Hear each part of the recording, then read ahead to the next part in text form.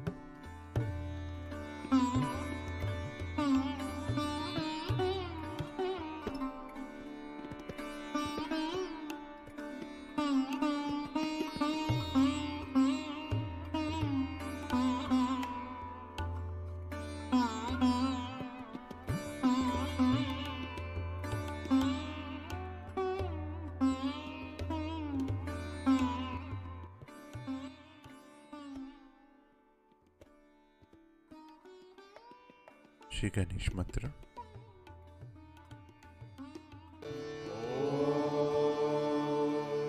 त्वमेव साक्षात् श्री गणेश साक्षात् श्री आदिशक्ति माताजी श्री निर्मला देवे नमो नमः।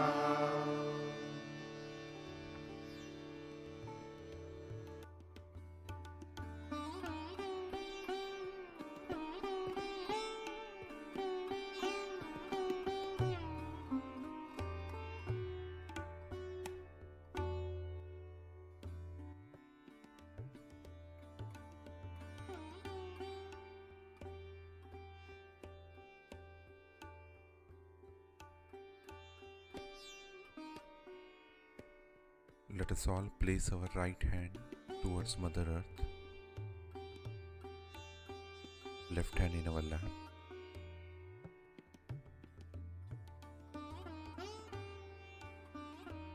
And let us pray here.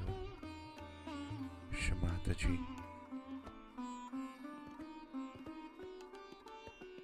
kindly balance our left channel.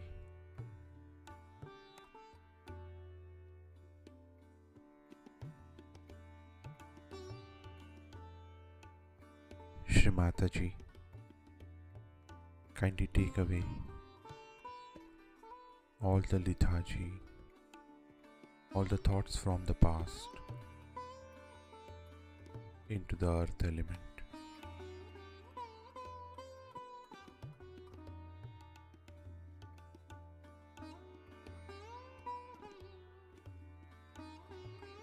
Shri Mataji, kindly help to establish the power of pure desire within us.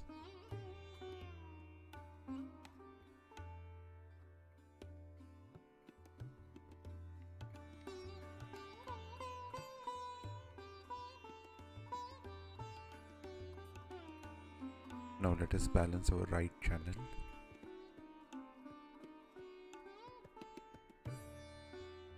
With our left hand towards the sky.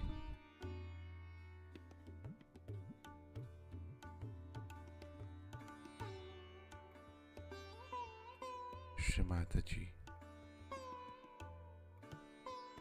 kindly take away all the excessive heat from our right channel.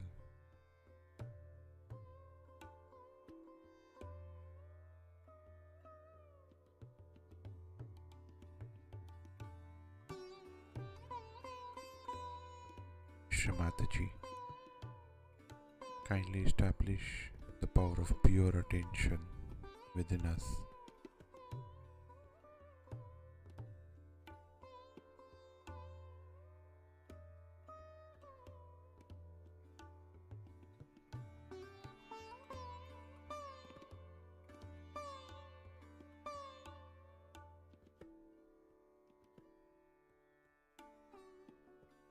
Now let us place both our hands on our lap.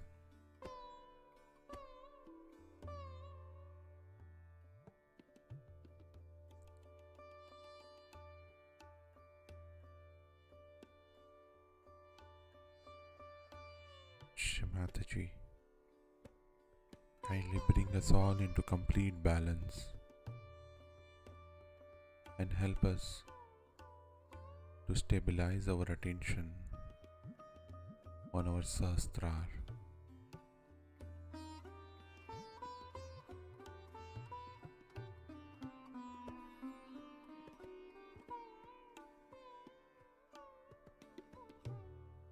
Now in this state, let us listen to Shri Mataji's speech.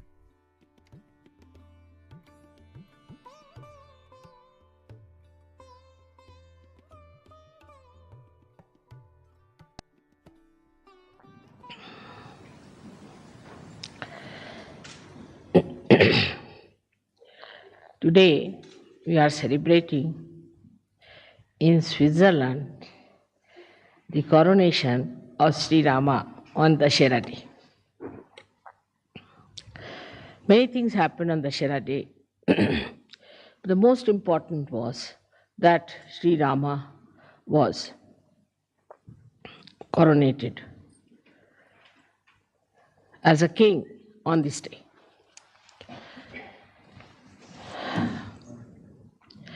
He also killed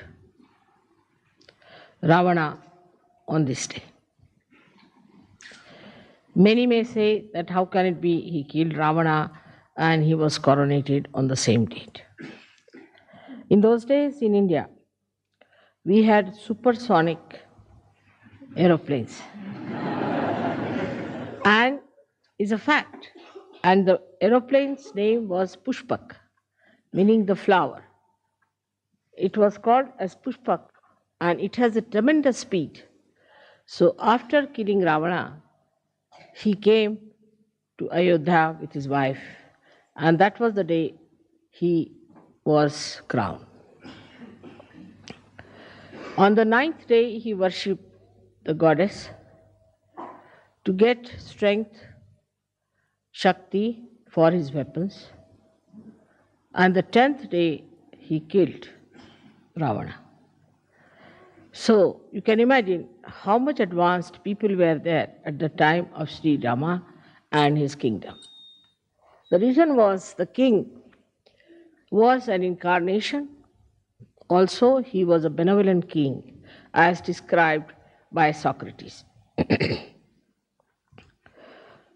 Sri Rama's story is very interesting throughout, and we have now a beautiful series about him done by our television in India, which is sold for a very good price. Maybe we might be able to present you all with one when you come there. But the story of Rama, they say, was written before he was born. Even before there was any inkling of it, the seer Valmiki wrote the whole story of Sri Rama. Sri Rama's birth and all that are brought forth by the Agni, the fire. And he was born in the dynasty of the Surya, is the sun. So with all that, it born out of the blessings of the Agni, that is fire, and also was born in the dynasty of Surya. He was one of the mildest avatars you have ever had. He is known to be a very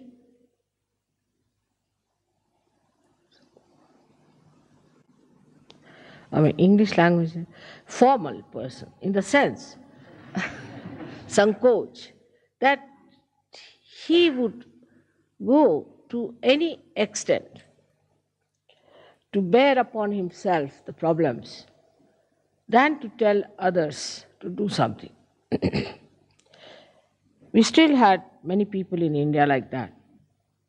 Like we had one Prime Minister, Lal Bahadur Shastri. And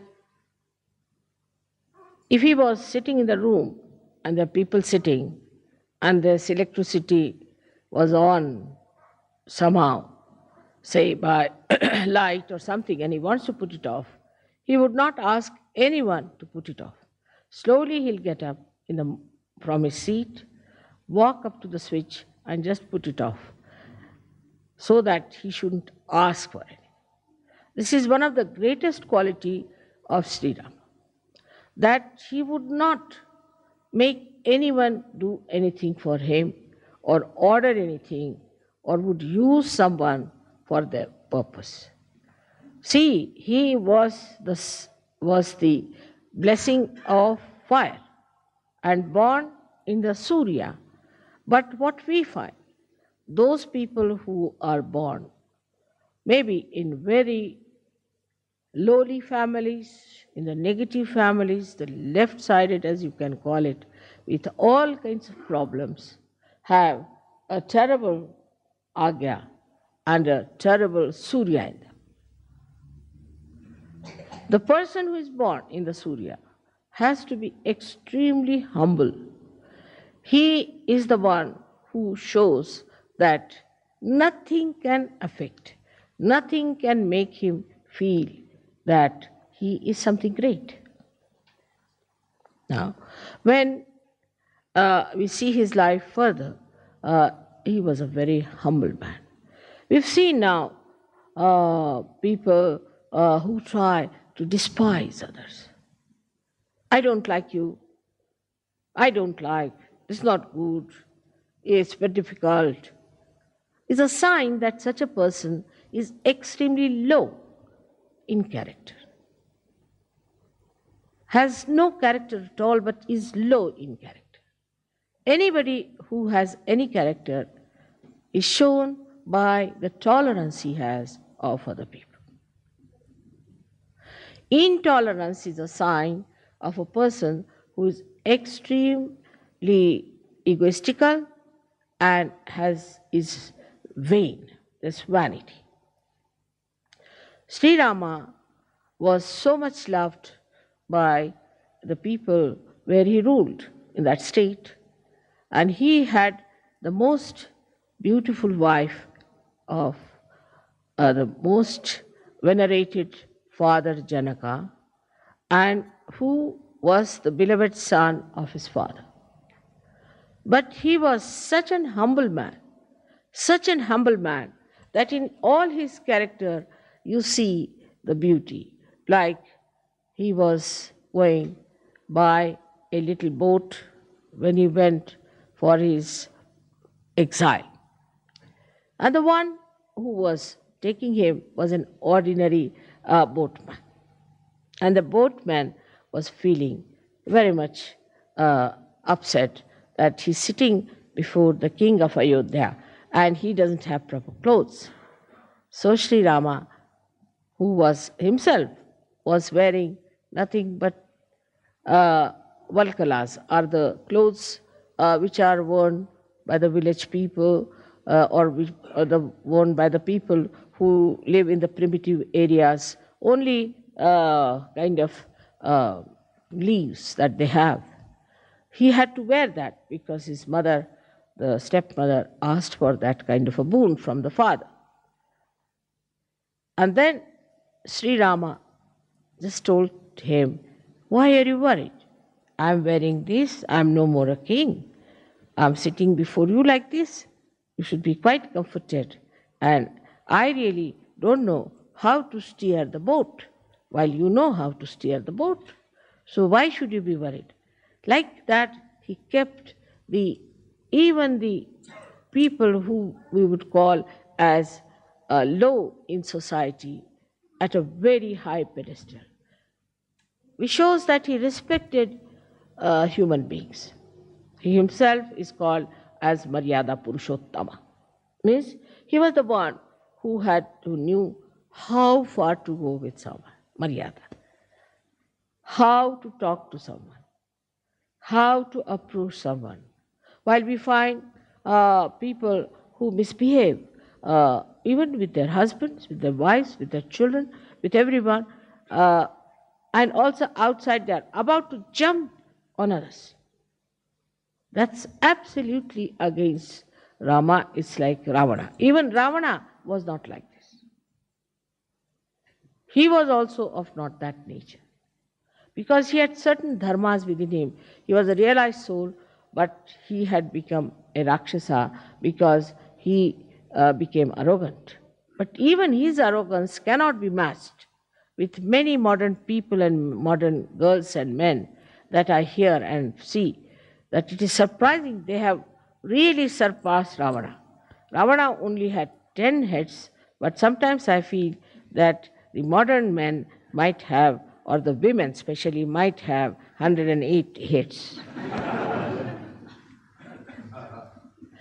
The arrogance, the amount of expression of hatred is so ridiculous and makes a person look so useless. But I see such people very common, and in Sahaja Yoga also they crawl somehow. Actually, such people are absolutely despised by God Almighty. You go further with his life. See, he went and into the village where a very old woman who was belonging to the primitive class of Bhils had very few teeth, and she brought some fruits, little fruits we call as pear. And she brought and gave it to him, that's Sri Ram. See, I have got these for you. I don't have anything else. And these, I've tested all of them. Actually, in India, if you put in the mouth, it is uttishta. Nobody will touch it. But she says, I've tested all of them by piercing my teeth into it, and I've seen that none of them are sour. Sri Rama didn't like sour fruits, she knew. So none of them are sour, and you can have them. I mean, in a way, if it is done to somebody in the West, they will hit you hard. Immediately, Sri Rama rushed forward and took the beads from her hand, kissed her hands, said, all right, I'm going to have them. With such enthusiasm, he ate them. So Lakshmana was a little angry at that lady. What's this going on? So Sita ji said, oh, do you like them very much? She said, yes, but I'm not going to give you anything. She said, no, I'm your half body, you have to give me. So he gave some to Sita ji. So Sita ji ate, what a thing, it's like nectar of heaven I'm eating. So Lakshmana felt very jealous. He said, sister-in-law, can I not have a little of it? He said, no, I can't give you. You ask your brother. I'm not going to give you. I have a very little share. Why don't you ask your brother? So he goes to his brother. He said, can I have some more? So Sri Rama smiled and gave him that bear, which was eaten or touched or was pierced by the teeth of a primitive woman who is actually an outcast according to the Brahminic laws of India. The sweetness of Sri Rama, the way he used to make people feel comfortable. Like, I would say, an example of a oyster who gets a little stone into the body of the shell, takes out a kind of a shiny liquid and covers it with that shiny liquid and makes it into a pearl to be comfortable. Now, he didn't want his own comfort. Rama a little bit different, that he wanted to make everyone into a diamond or a pearl so that the other person would shine and would look nice. And that's how he felt comforted. His qualities, if you have to imbibe, first of all, we have to understand the innate situation of Sri Rama. Sri Rama is placed on the right hand side of your heart. Right hand side, right heart. He is placed there. Now, in a human being, there is no right heart. If you tell somebody there's right heart, they'll say, what? There are 2 hearts or 3 hearts? In our Sahaja Yoga, we have 3 hearts. One is the left, another is the right, and one is the center. Now, the right heart is a very important thing. The right heart looks after the whole lungs, both the lungs, or the throat, the trachea, the nose, the inner part. The outer side is looked after. We can say the features are given by Sri Krishna, but the inner part of it is all done by Sri Rama. They are the same, but one acts as in the inner part, the another as the outer part. It gives you the ears. From the inner part, Sri Rama does. He gives you the eyes in the inner part of the eyes. Now, it's so important to have the inner side all right and the outer side. It's an example of Sri Rama. He never cared for the outer side or the outward looks of a person. Because he came before Sri Krishna, he tried to build up the inner side of a human being. So we can say, though he is on the right heart, he acts through your Hamsa Chakra and partly through your Vishuddhi Chakra in the inner side of it. Because Sri Krishna, in the inner side of it, is Sri Ram, is Sri Vishnu. So, when somebody is, say, not good looking according to the Western standard, according to me, the Western standards are rather funny.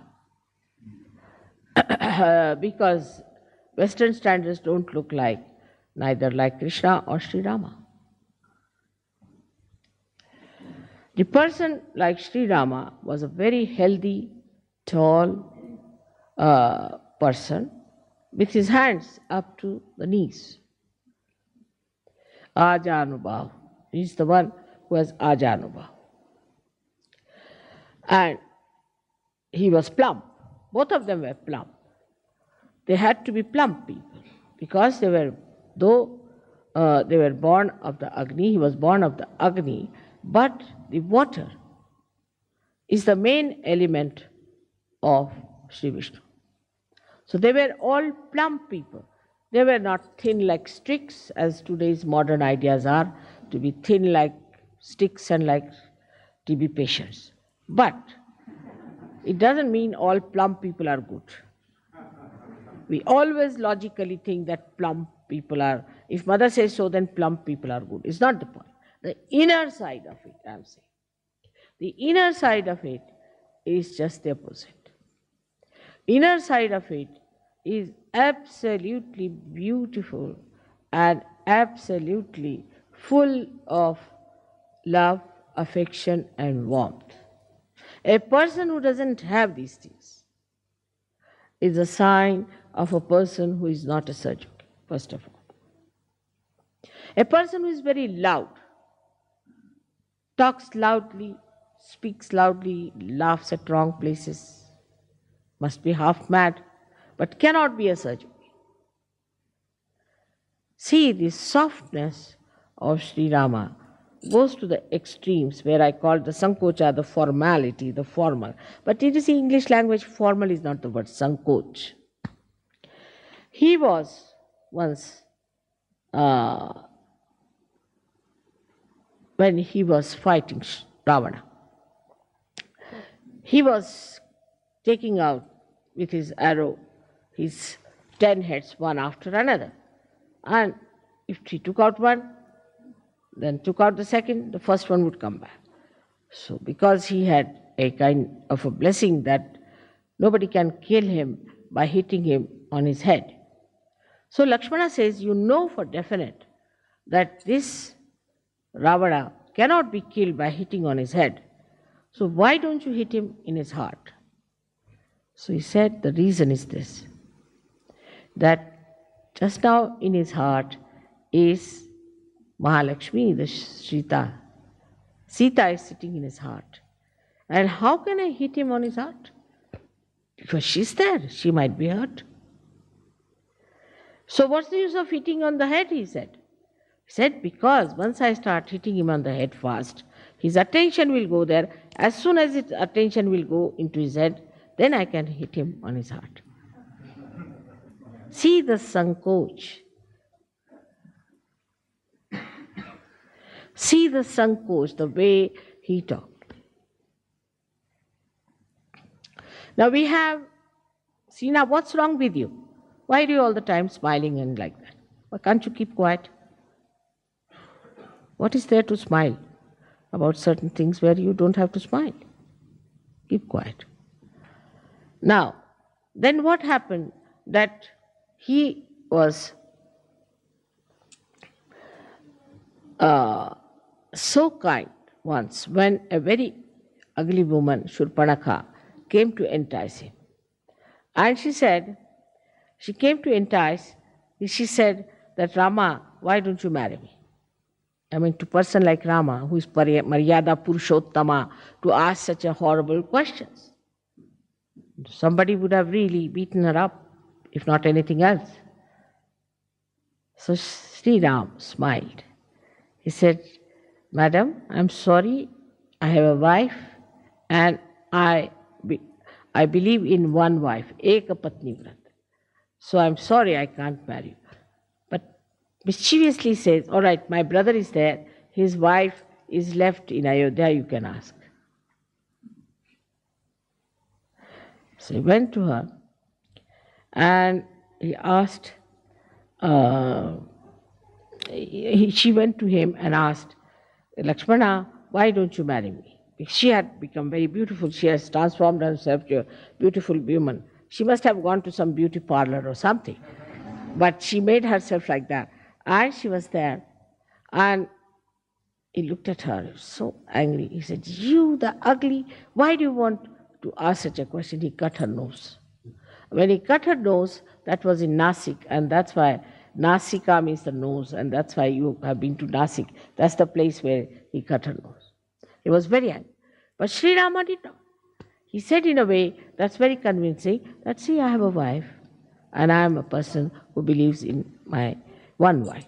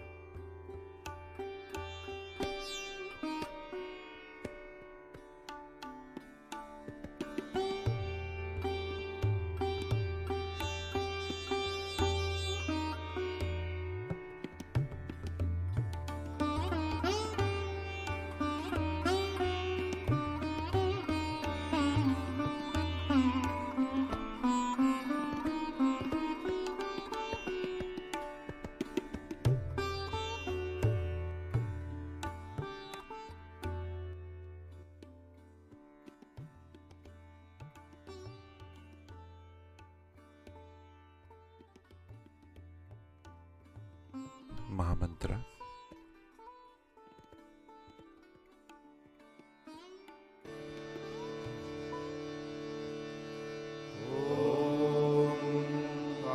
त्वमेव साक्षात् Shri Mahalakshmi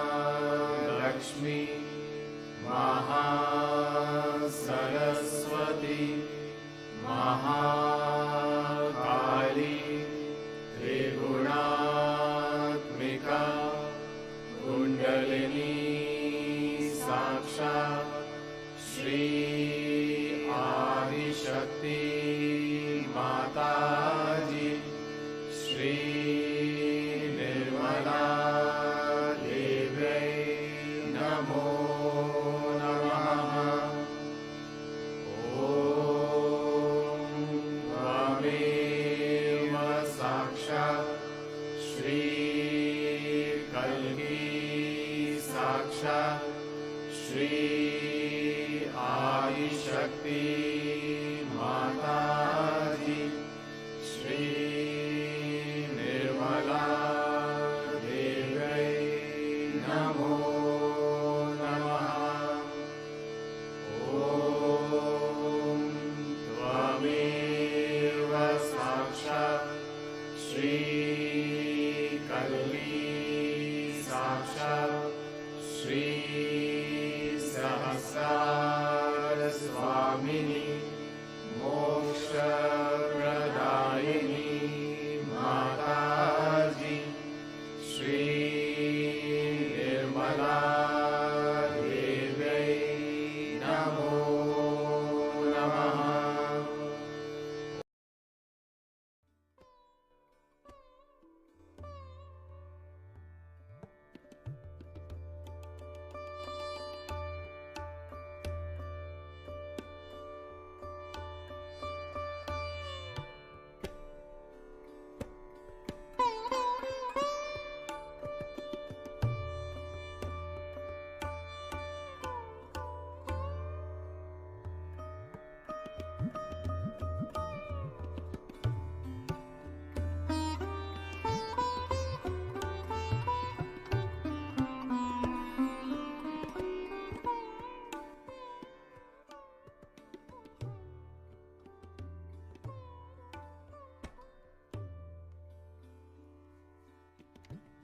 Thank you, Shri Mataji,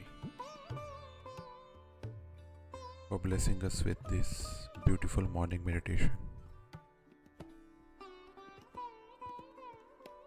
Let us all bow down to Shri Mataji, raise our Mother Kundalini and put Bandhan.